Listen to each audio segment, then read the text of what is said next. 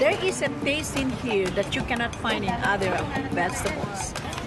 And the more you eat, the more it's become tasty and you keep on, asking for it. What this farmer in Hawaii is talking about is not a vegetable, it's a tree. And while Vicky Domingo says it has an unusual flavor, there's more to this tree than meets the taste buds. You keep on eating and eating and you can feel your body is more energetic, more healthy, and you can see the difference. You're not dropping, you keep on, just so active. You have to remove one by one like this. Domingo says she has grown this tree on her farm for more than 25 years. She harvests moringa twice a week all year round.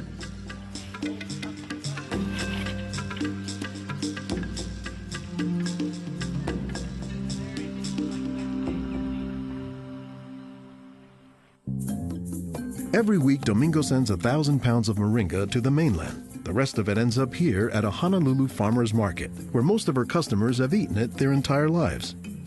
Well, in the Philippines, it's a third country. In other words, not a rich country. We cannot afford to go to the doctor for medicinal purposes. So we use this in our daily lives so we can have more energy, more vitamins to supplement our daily nutrition in our body. The tree is called moringa, or as the Filipinos call it, marunggay. An awful lot of cultures have one or more plants that are kind of markers that people think of themselves when they think of that plant. Dr. Will McClatchy is an ethnobotanist at the University of Hawaii. He studies the ways that humans interact with plants. If you drive around Honolulu here, you'll see a lot of houses have at least one marunggay in the yard, maybe a little forest of them, and that's a pretty good indicator that there's a Filipino family there. Jokingly, we say it our Filipino banner, which is our Filipino flag. Once you see this, that means all Filipino stays there. Domingo says there are many nutritional and medicinal uses for moringa. All parts of the tree are usable, from the roots to the stem, to the leaves, to the flowers, and to the pod. The roots, you can use that as a tea. And then the trunk, you can scrape it, squeeze it, get the juice, put in your cut skin, and your skin will heal. Some of this may be folktale, but some cultures have used moringa as a medicinal plant for thousands of years. McClatchy says moringa is worthy of its reputation as a tree with unusual nutritional properties. Thank you. Moringa is one of these trees that is a multi-purpose plant that fulfills such a high percentage of kind of basic needs that when people get used to using it, they really can't see what it's like to live without it. And many cultures don't. Today, moringa is used as a remedy and, in essence, a multivitamin in many of the world's warmest regions. Moringa is used widely in Africa and South Asia, and it's been introduced into South America and Central America, where it's also being used. So, this is not just a plant of a single community. We were just talking this morning with one of the owners of this plantation, and he was just telling me how the last time he was here, he had a handful of moringa leaves and that he worked all morning on it and felt great. Dr. Mark Olson is a botanist and a leading expert on moringa. He teaches at Instituto de Biología, Universidad Nacional Autónoma de México in Mexico City. Here, he is visiting a new moringa farm about 2 hours outside the city limits. So they've just planted these here, and soon they'll be nice and big. Olson says that while moringa can grow in places like Mexico or Hawaii, the tree is native to arid subtropical regions, places like Africa and southern India, hot places where moringa has proven its persistence.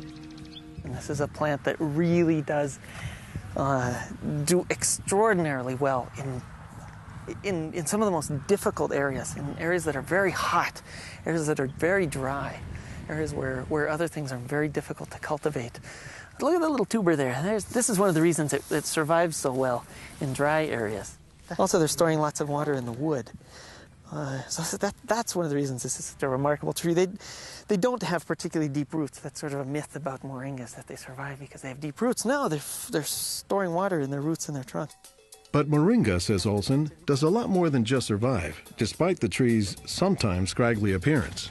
I don't think they're actually the most attractive tree. They're more a tree that you look at and you sort of love the way you love a scruffy friend or a scruffy dog. Because the branches sort of splay here and there, and they get burdened down with huge quantities of fruits on them. And that's actually what makes the tree so remarkable, is that it's such a generous tree. And that's because people have found multiple uses for so much of the tree, including its seeds. They're full of oil. You press the seeds, and then this wonderful aromatic oil comes oozing out, which you can use for cooking, you can use for cosmetics or lubrication or whatever. And the cake, the press cake, the stuff that's left over after pressing the seed, that is what's used for water purification. Water purification, Olson says, is especially useful in developing countries where clean water is hard to come by. But the benefits don't stop there. Some of the things I think are most exciting about moringa is, for example, the high vitamin content. There's a lot of vitamin A in the leaves. And worldwide, that's a problem. A lot of people have problems in development of their eyes because they don't have enough vitamin A. Moringa's vitamin A content, and its content of vitamins in general, has caught the attention of scientists around the world. So I started to read about moringa, and I was absolutely amazed about the richness in nutrients, in many antioxidant compounds, in vitamins. Dr. Monica Marcoux is a pharmacologist who has studied many plants. She has done extensive research on moringa and says it has significant nutritional potency. This subject is one of the topics of her recently published book, Miracle Tree. To me, it was just a natural pathway from my scientific background and my love for trees to writing this exciting book on one of the most exciting and extraordinary trees of our world. Marcoux spends much of her time looking at trees and plants, both as a pharmacologist and as an artist. While Marcoux, the nature photographer, is grabbing shots of plants, Marcoux, the pharmacologist, says she has a bigger concern. We are having an epidemic of cancer and cardiovascular diseases and many other chronic diseases. It's because we basically do not eat what we are supposed to eat. Most of the plants are famous for a particular type of nutrient, like for instance, the orange or the lemon is famous for a high content of vitamin C. The spinach, for instance, on the other hand, is famous for its iron content. Moringa is very unusual because this single plant contains a wide variety of nutrients, but also in quite very high amounts. Marcoux says this concentration of nutrients, combined with low calories and low sodium content, makes moringa an ideal energy food or supplement that can help offset the typically unhealthy Western diet. Many of the Westerners are also deficient in antioxidant and anti-aging substances that are mostly found in plants. Antioxidants, according to the National Institutes of Health, protect the body's cells and may prevent cancer. And Marcoux says moringa is a treasure trove of antioxidants that happen to work hand in hand. Antioxidant substances and antioxidant vitamins work together in the body. For instance, it's known that selenium works better in the presence of vitamin E. Moringa has high amounts of selenium and has also vitamin E. While many plants contain antioxidants, Dr. McClatchy says that moringa is also high in the nutrients we usually associate with meat. Moringa is well known for being a good source of leafy green vegetable protein. And you don't get a lot of protein out of many vegetable foods other than like beans and things like that. So getting it out of the leaves is really a big deal.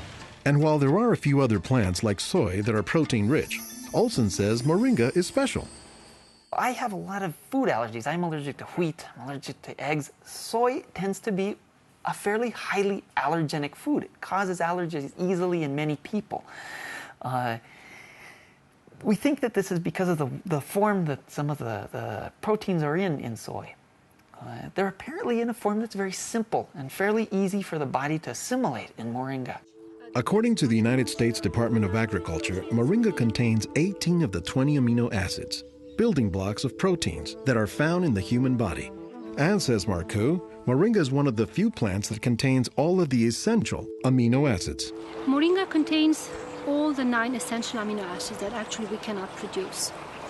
Their presence, but also their ratio, is very beneficial, and it is estimated that this ratio is very good for absorption and for being bioavailable to our bodies.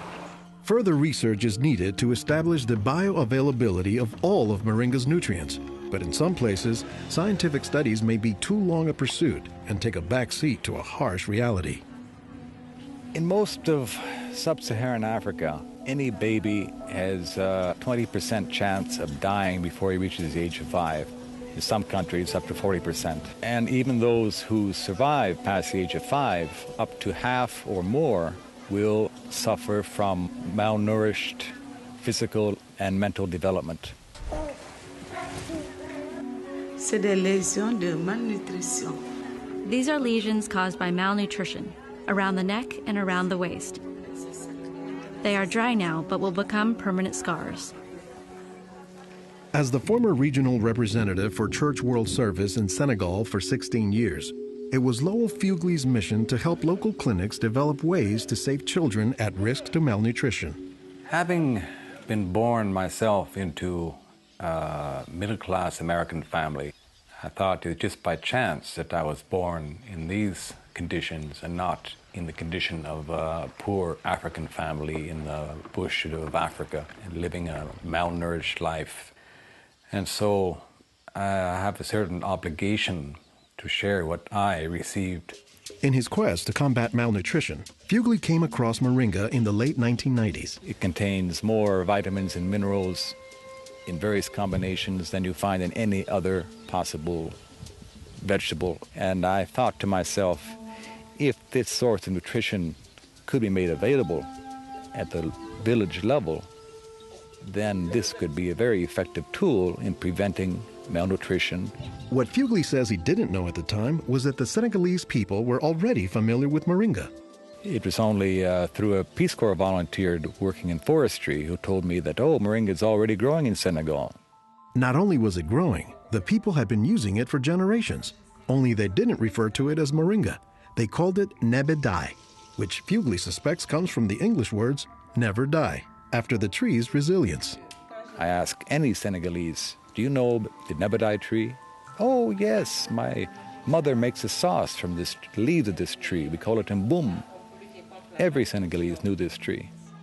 The problem, says Fugley, was that it was prepared and used in ways that diminish moringa's nutritive contents. They boil the leaves too long, they throw out the water that is boiled in and where many of the vitamins are located, and so they lose a lot of the benefits that the leaves could provide. So Fugley went to work, both planting moringa trees and, more importantly, educating healthcare workers on how moringa can help stave off malnutrition. Regarde tonton. Regarde celui-là. Regarde tonton. Tu as vu? Non, non, celui-là même. Pour le moringa. I was trained in 1998, and right away we saw the virtues of using moringa because of its very high nutritional value. So we began using it right away on an experimental basis. Après la formation, con le moringa. Healthcare workers learned to grow their own moringa trees, dry the leaves, and pound them into powder, maintaining all the nutrients. Nursing mothers were taught to add a spoonful of moringa to their food morning, day, and night to increase their milk production. They were also told to add moringa to all of their family's meals. When we introduced this tree in Senegal, or uses of the tree and different ways of using it, the reactions of the people there was that, well, this is our tree. You know, you're just adding on what we know already. As people changed their habits, Fugley says the results were clear, especially among children. They'll look happier, they'll have more energy, they'll smile. When they came to the clinic, limp, eyes drooping, no energy, and within 3 weeks, you see them bigger, healthier, and smiling. La récupération avec le moringa a été beaucoup plus rapide. We observed that it was much, much more effective than the classic system we had been using, which was based on imported and costly products, such as milk powder, sugar, and vegetable oil. With moringa, people can go into town and find it themselves. Et on l'a, même des fois sans un sou. Moringa is still being used, it's still being promoted, it's still being very valued, even without our input from the outside. Moringa, it doesn't die, it can continue on its own. So you have to eat the moringa on a daily basis. And all their grandkids are eating it every now and then, even my own children, and they are already professionals, and yet they come home and eat it. And while moringa is mostly considered an ethnic food, the trend, says McClatchy, is that more nutritious plants, like moringa, are finding their way into the mainstream. Our diets are pretty bad, although they are improving. But one of the reasons they're improving is because we're starting to adopt more and more of these kinds of plants. I've been in villages where the only trees that survive and grow well are Moringa Oleifera, which is really amazing when you consider how many useful things the tree provides. Moringa it comes very close to being a perfect source of nutrients in terms of variety and concentration. So that is, I think, very unique about this moringa tree.